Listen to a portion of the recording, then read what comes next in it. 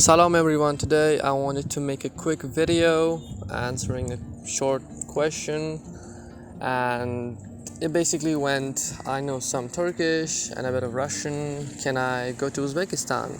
Well, TLDR, you definitely can. You're gonna have a limitation on some stuff. So you might ask, why is Russian the second language of Uzbekistan? Why do you learn Russian? Or why do you have so many Cyrillic posts and advertisements or everything?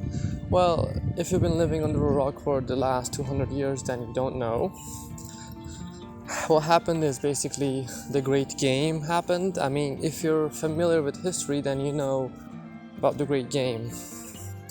So the Soviets, fearing British Raj might take over Central Asia, they attacked us basically and took over our lands. The reason why we lost is because of, the Khanids hating each other, the kings. Just imagine a stereotypical greedy king, with a fat tummy sitting on a throne. That was basically the kings of two of the Khanids, and they hated each other. So, but you know it, they sold each other for information, blah blah blah.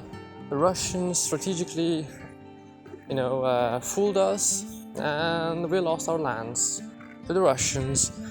So the Russians then did a lot of exploiting, did a lot of slave trading. I mean, I'm not going to say slave trading, but basically used our whole population as slaves for getting cotton and different types of reapable stuff like wheat. And basically we were living as poor farmers and everything. Oh, and the Russians annexed/killed all our intellectuals so that we would stay as, a non-intellectual state, so that we would obey the Russians. Now, this is another story for another video, but I just had to tell this because it really annoys me. Poets, so many good innovators, scientists were killed for being, for existing.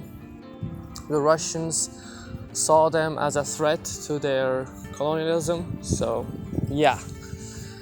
So the Soviet Union happened, Lenin, Stalin, all that stuff, and Tashkent was prospering for the Russians.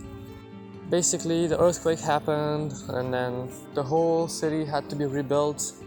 The Russians were having a blast, It was like a vacation spot, Russians would come to Tashkent and enjoy all the new stuff.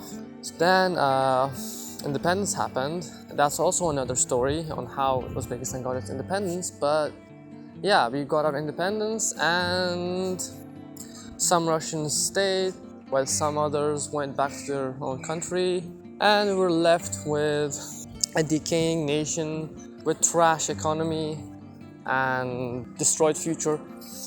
So what does that have to do with learning Russian? Well, the influence was really strong. So we were forced to learn Russian. We were forced to adapt because they were coming and doing everything they could. And to survive in a Soviet Uzbekistan, you had to learn Russian.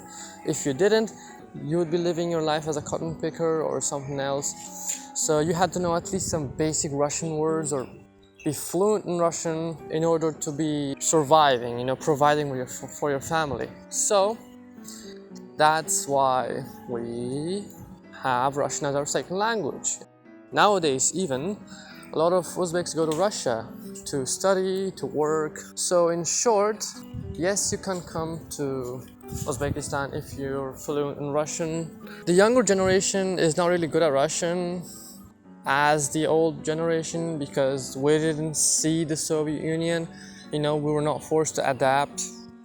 Instead, the younger generation is learning English. The only problem you have is if you don't know English and Russian and Uzbek, but if you know only Turkish, then it's gonna be hard. You're gonna be limited to a lot of things, but there are a lot of Uzbek students and even the older generation that know Turkish and sometimes even the other Turkic languages like Kazakh and Kyrgyz. If you know Farsi, then you would not survive here because no one knows Farsi here. If you know Tajik, then you might encounter some Tajiks that know Farsi, or they don't. So yeah, thank you for watching and I appreciate it. So yeah, see you later, bye.